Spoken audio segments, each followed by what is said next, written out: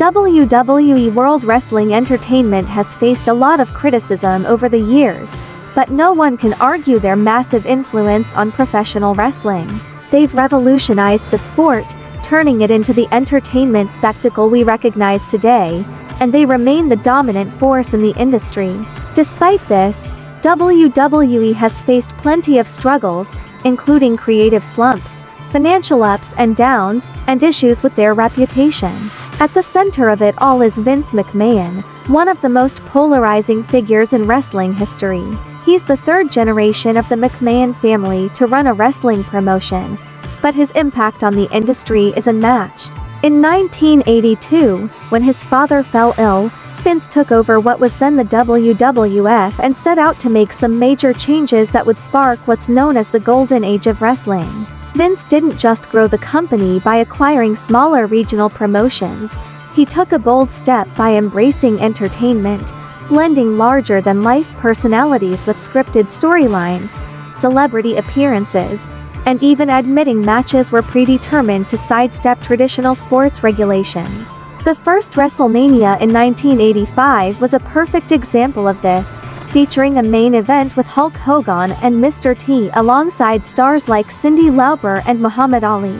It was a huge success, and WrestleMania became a cultural phenomenon, peaking with WrestleMania 3, where over 93,000 fans packed the Pontiac Silverdome to see Hogan defeat Andre the Giant. But by the 1990s, things started to decline during what's now called the New Generation era. Fans were growing tired of the repetitive gimmicks, and the company struggled to keep people's attention.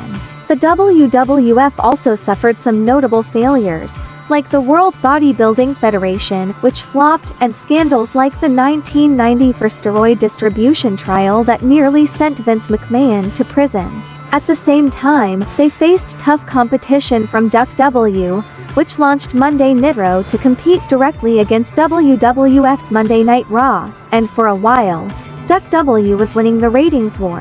One of the most infamous moments during this time was the Montreal Screwjob, where Vince McMahon secretly had the referee make Bret Hart lose to Shawn Michaels.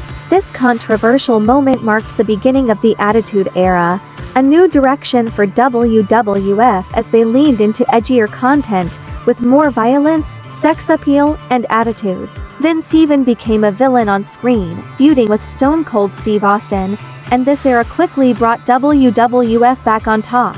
The success of this era is legendary, with record-breaking ratings, revenue, and fan engagement.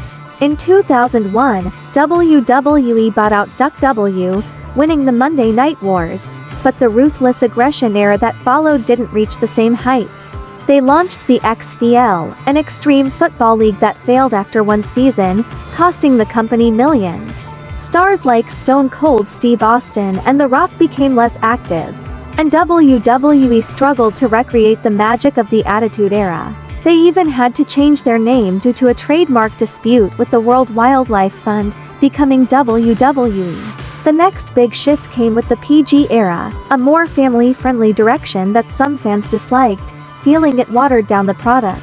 WWE scaled back the edginess and embraced a younger audience, which in turn made them more appealing to advertisers. Despite fan complaints, this era was a financial success, with WWE's revenue nearly doubling and surpassing $1 billion in 2021. Major media deals with networks like NBC and Fox became their biggest source of income, and the launch of the WWE Network in 2014 allowed them to generate millions through streaming subscriptions. Now, WWE is more profitable than ever, though some fans argue that the show has become repetitive and less exciting. In 2022, Vince McMahon stepped down amid scandals, potentially signaling big changes for the company's future.